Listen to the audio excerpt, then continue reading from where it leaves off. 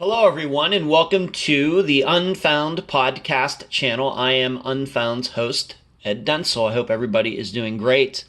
Before I get into this video, I want to remind you, please like this video as you are watching it. That helps us with the YouTube algorithms. And if you are not yet a subscriber to the Unfound podcast channel on YouTube, I hope you will consider doing so. This is a video concerning the disappearance of Caleb Joseph Powell. I want to remind all of you there is another Caleb Powell missing, but his middle name is Andrew, and he disappeared from California in 2019. That is not the Caleb Powell that we covered on the episode, and that is not the Caleb Powell that I will be explaining his disappearance in this video. Caleb Powell that we are talking about in this video disappeared from the Phoenix area in 2014, specifically on St. Patrick's Day, March 17th of 2014. Just want to make that clear. So what you're looking at here on this map up here is, let me maybe might help to first zoom out and show you that this is Phoenix. Phoenix kind of right there in the center of Arizona, a city that I've been to many times, and in fact, probably one of my worst days as an employee in any job that I ever had was had in Phoenix back in August of 2009. Other than that, I have fond memories of the city, having lived in Las Vegas and going down there for business once in a while. But so here is downtown Phoenix. Right here. If you've ever watched NFL football where the Arizona Cardinals play, that stadium is right in here somewhere, just to give you an idea. That's also where they hold some of the college football bowls, maybe the Fiesta Bowl, something like that. But here's downtown Phoenix. That's where that stadium is, and up here in the left-hand corner is Surprise, Arizona, which is where both Lloyd Banta, who was Caleb's boss for this job that he had, and Caleb's father and his grandmother all lived up in this area. And I did not type in a specific address. I don't know how important their addresses are, at least at this time, regarding Caleb's disappearance. But this is where Surprise, Arizona is. I used to drive right by here driving to Phoenix. That's one of the places you pass when coming from Las Vegas down into Phoenix. And what you see here is the route. What Google says is the most efficient route going from Surprise down to where Kevin Banta lived at the time. He lived at 5626 South 41st Drive right there. You can see that it's not close. Don't be maybe be fooled by this. This is actually telling us the distance in time and miles from Surprise down to the casino, which we'll get in a second. But you can still tell it's kind of far. It's a 40-some minute drive from Surprise down to where Kevin lived at the time. I do not believe that he lives there anymore. So the understanding 6 years later regarding Caleb's disappearance is that he was up here. Kevin was seeing his father. Caleb decides to drive, or offers or is asked to drive Kevin home. So this is probably most likely the direction, the most efficient direction that he would have taken, that they would have taken to get home. Of course, we know that Caleb never returned, and that's how this disappearance got started. Now, right down here at the bottom of the screen, let me move this up a little bit, is the V Kiva Casino right there. And this is about 7 miles from where Kevin was living at the time to the casino. Is that close?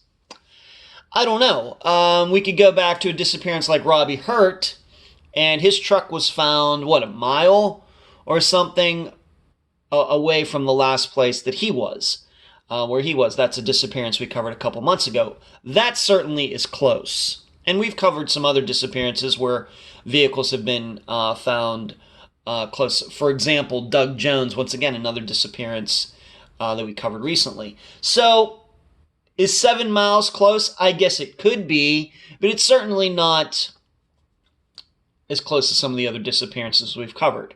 But that is where, down in this general area, is where Caleb's truck was eventually found abandoned, to hear Lori tell it, abandoned on the side of the road. Now let me zoom in there. What road? We're just not sure. You can see that these little white lines here, a lot of roads around this area. Maybe it was right along this highway here that goes by the V Kiva's casino. Maybe it was one of these smaller roads. We just don't know. It might be on the police report. I haven't seen it. And once again, I'm not sure how important that is. All we know is that it was in the vicinity of the V Kiva casino. So whether it was found on the highway or some other road, I'm not sure it matters. Now, had it been that the truck was found very close to where Kevin lives, then maybe we can start to think about some of these things in a different way. But the truck was found down in this area, and as you can tell, this is getting to the outskirts of Phoenix, down on the southwest side. And Phoenix is very much like Las Vegas, is that you're either in the city or you're out of the city. There aren't really any what we might call suburbs, where it's really busy and then it gets a little less busy, little less busy, little less busy. It's not like that. It's like you're in a really populated subdivision and then you go 100 feet further and you're in the middle of the desert. And there's nothing there. That's the way Las Vegas is. That's the way Phoenix is.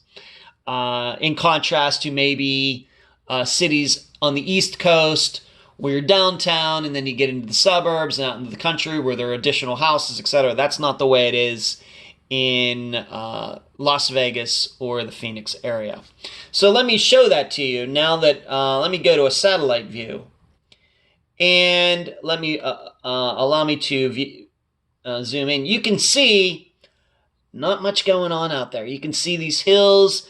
There's a few roads with a few houses, but you can see getting out here, not much of anything. And in fact, you heard Lori say that this land out here, she believes, is part of a reservation for Native Americans, or in some way is Native American land. Not much out there. And the more we zoom out, you can see that you can see this line right here, which is a mountain. I don't know how high it is. And there's the Gila River.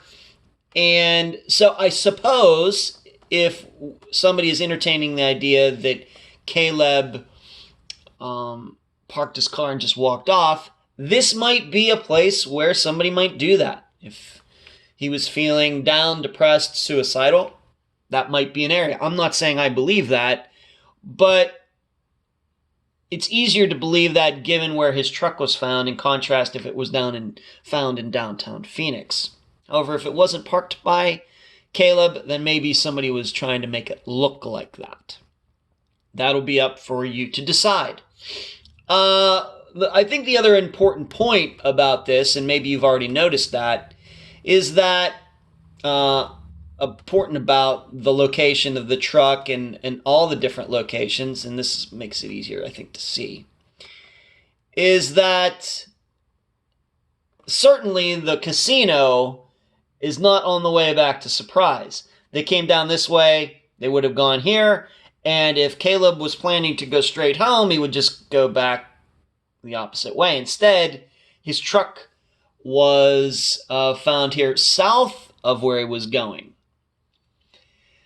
So, not sure what to make of that. Once again, it might some people might buy into the idea that he went in this opposite direction and parked the truck there and walked off into the desert.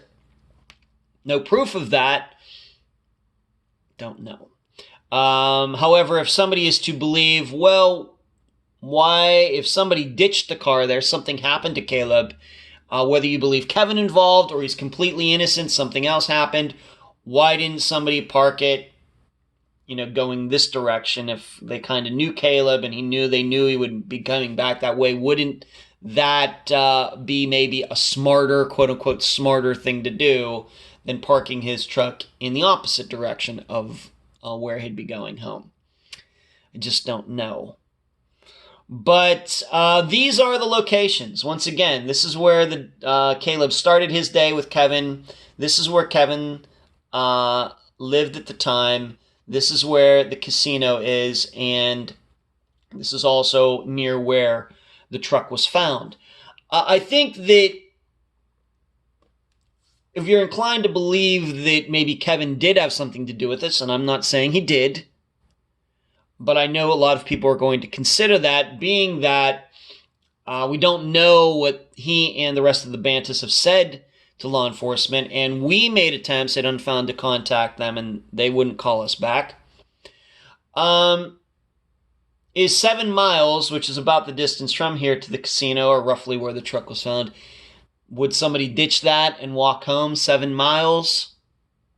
Maybe, but it would be easier to understand if it was only a mile, for sure.